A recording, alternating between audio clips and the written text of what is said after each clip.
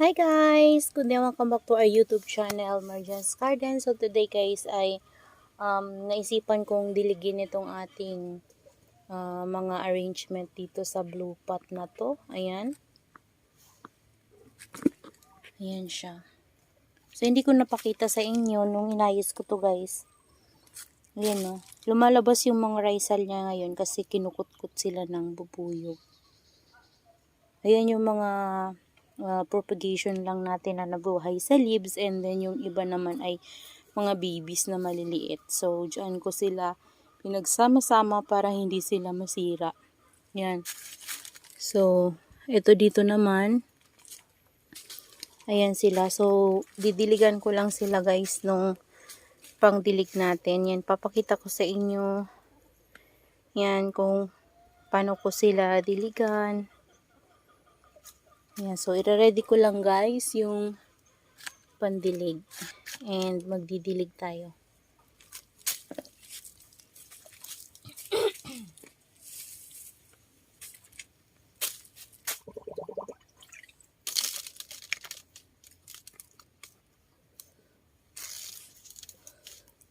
Ayan guys, tuyo na kasi to guys na mga arrangement na natin dito na nagawa. Ayan. Kailangan na nito ng water lalo't mga baby sila. Kagaya ito guys oh. Ito yung flower stalk ng ating autumn flame. Yan, ito din flower stalk din yan ni red line. Yan, diligin lang natin para maging malusog sila. So, ang ginagamit kong water ay tubig ulan. Ayan. So, ito parang naku po. Tingnan natin to. Tingnan nyo guys oh. Oh. Ano to? Bakit ganyan?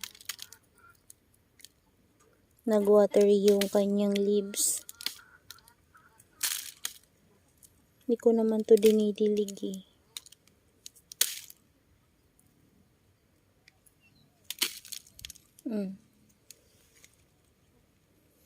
Ayan, muna natin yan dyan. Ito yung diligin natin. Yung maliliit na to. Ito baby yan guys ni Opalina. Ang tangkad na ng liig niya kasi dito ay shaded lang sila. So kung gantong oras guys, wala na silang na-receive na init. Yan, ito ay cat's claw. Ayan. Ito, si Pinuel Revolution. Ito parang si ano to guys eh, si Monstros Lelacina or Marble Gold. Yan, parang ganun. Hindi ko na matandaan kung alin sa dalawa. Yung pinropa ko niyan sa dalawang, ay sa leaves niyan. Kung hindi yan si Marble Gold, ay si si Lelacina Monstrous. So, dito naman tayo guys.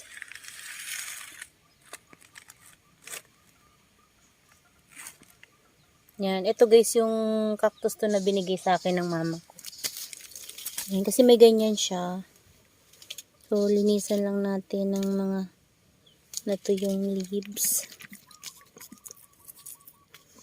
Yan, tama lang naman guys yung binibigay ko na water kasi malalim yung pot nito, baka ma-overwater naman siya. Yan, ito guys oh, propagation ko to ng crested bread ives. Ayan, nilagay ko dito banda. Yan oh, malaki na siya. Crested bread ives natin. Parang dun ko yan kinat sa kinuhanan ko ng cuttings yun, yung malaki nating bread ives. Yung may crested worm, yung sinira ng natumba ng aso tsaka ng pusa. Yun siya. Kinatan ko yun dati. So, ito naman, itong banda dito guys. Ito. Yan. Ito dinidilig ko ay si Luella. Yan. Parang ginawa ko dito guys ay ito, yung malaki nilagay ko dito banda. Hanggang paliit. Ganyan. Ang ganyan yung ginawa ko sa kanila. Oh, ganyan. Ito yung bluebird natin na stem rat. Yan, dyan ko na nilagay.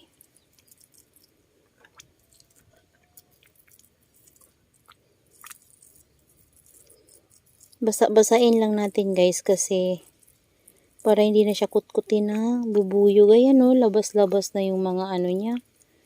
Mga rice hull. So, nakaraan kasi nung ginawa natin yan ay hindi nakita yung rice hull niya. And naglagay din ako dito ng furadan. Yan. So, tama lang i-water natin. Ito yung mother plant ng ating firestorm. Yan, yung iba ay pinagsisiksi ko na dyan. Yung iba ay kinat ko. Kinat ko pero pagit ko ulit. Ito, mga flower stalk lang yan, no? Sa flower stalk. Yan, ubos na.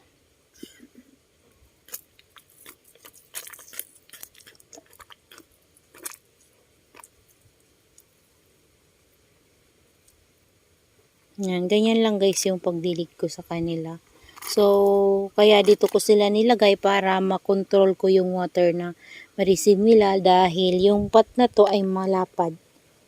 Malalim pala, malalim. Ayan, malalim yung kanilang pot. So, kuha pa tayo ng water para madilig natin yung nasa taas. Itong water guys na kinukuha ko ay galing to sa ano natin, sa UV plastic. So naiipon ko siya dito banda sa may gilid kasi yung pinagdugtungan niya ay lumulundo kapag umuulan kasi naipunan ng tubig. So ginawa ko para hindi na rin kasi nag-iigib nga kami dito. So para hindi naiigib pang dilig sa kanila. Yung hindi na namin na ginagamit na drum, yung sira na drum, kinat ko yon tapos tinanggal ko lang yung sira sa top, tapos yun yung nilagay ko dito sa loob. So ayan, yan na yung ginagamit natin na pangdilig sa kanila. Hindi na tayo nag-iigib kasi nakakapagod guys kapag nag-iigib. Yan, tapos dun kasi sa labas yung drum na malaki, dun pa ako kumukuha ng ng pangdilig. So ang ginagawa ko ay yung pangbuhos ko kasi na color green, yun yung nilalagyan ko. Tapos ang nangyayari palabas-labas ako kapag ubos na, puno na yun, lalabas na naman ako.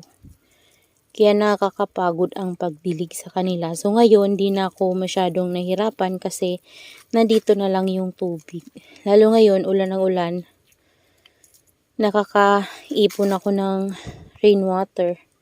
So dito na rin ako naguhugas ng mga pot. Yan, nahuhugasan ko yung iba nating pots na lilinisan ko.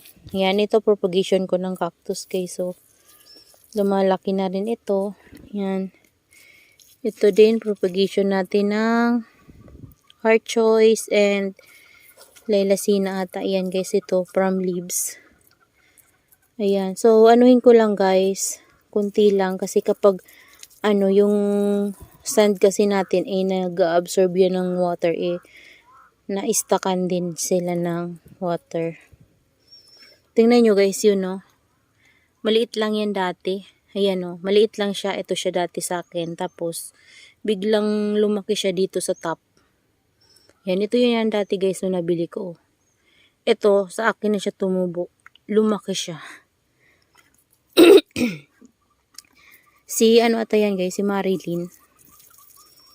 Ayan, maganda sila guys kapag nadidiligan kasi yung itsura nila ay lalong lumilinis. Parang yung pag nabasa yung black sand, yan, pag nabasa yung black sand, lalo siyang umiitim. Yung red sand, lalong pumupula. Yan. So, dito, kung mapapansin nyo, diba, ayan yung black sand natin. Compare dun sa nabasa na. Ayan, So, ayan sila.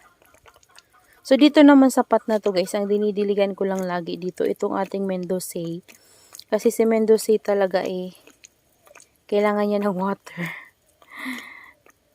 Yan, mas para sa akin kasi guys, si Mendocay ay medyo mahilig sa water. Ayan, may nalaglag na naman. Yun na naman siguro yan ng pusa, oh.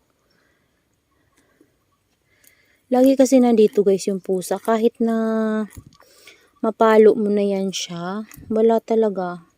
Hindi talaga sila mapigilan na pumasok dito. Papasok at papasok talaga. Kasi mayroon ditong pumapasok na parang gumagapang na color brown. Ang laki niya. Yun yung hinahabol nila kasi pag nila yun guys, kinakain nila yun. Ang itsura niya ay parang butiki din ang itsura niya. Pero ang balat nun ay madulas. Yan, kinakain nila yun. So, kuha lang tayo ng water.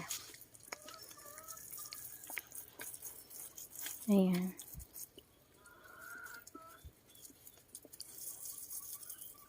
Ang lusog nung ko dito, oh. This one, nakalimutan ko. Si Medusa's head, yan. Ang lusog niya.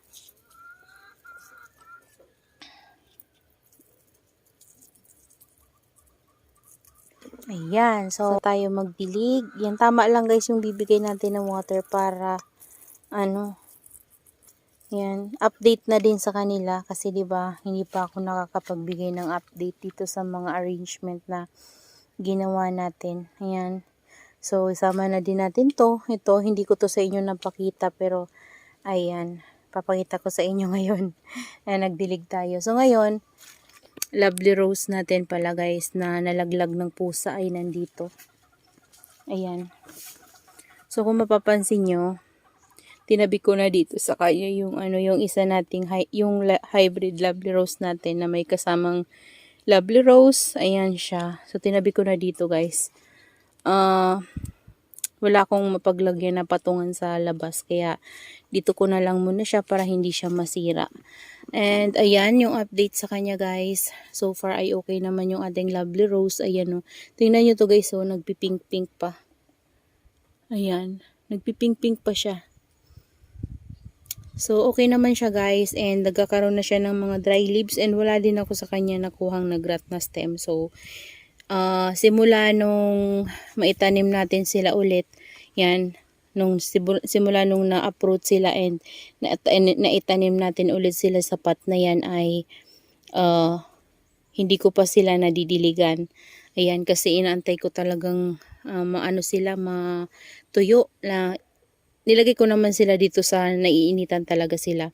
Yan, antay ko silang matuyo bago natin diligan kasi mahirap na sila masira, 'di ba? So, ayan. Sa tingin ko, hindi pa naman nila ngayon kailangan ng water. So, kung naman, para sure talaga, papatuyuan ko talaga sila. Makita kong maraming tuyong leaves bago natin sila diligan para sure na naka-recover na talaga sila. And, basa kasi yung soil nung tinanim natin yan. So, ito, kailangan na nito guys ng dilig kasi kung mapapansin nyo, ang dami niyang aerial roots. Ayan, no? Napakarami. Ayan siya. Oh, ito pa. So, alam nyo guys, pinag-iisipan kong katan to. Katan yung mga babies niya. Yan. Kagaya nito, ikat dyan para magkaroon ng new babies na sumulpot. Kaso lang, nanghihinayang ako kasi nga ang ganda niya na nagtitrail siya. Ayan. So, that's all for today's video guys. Yan. I hope you enjoy watching and see you on my next vlog. Happy gardening everyone! Bye-bye!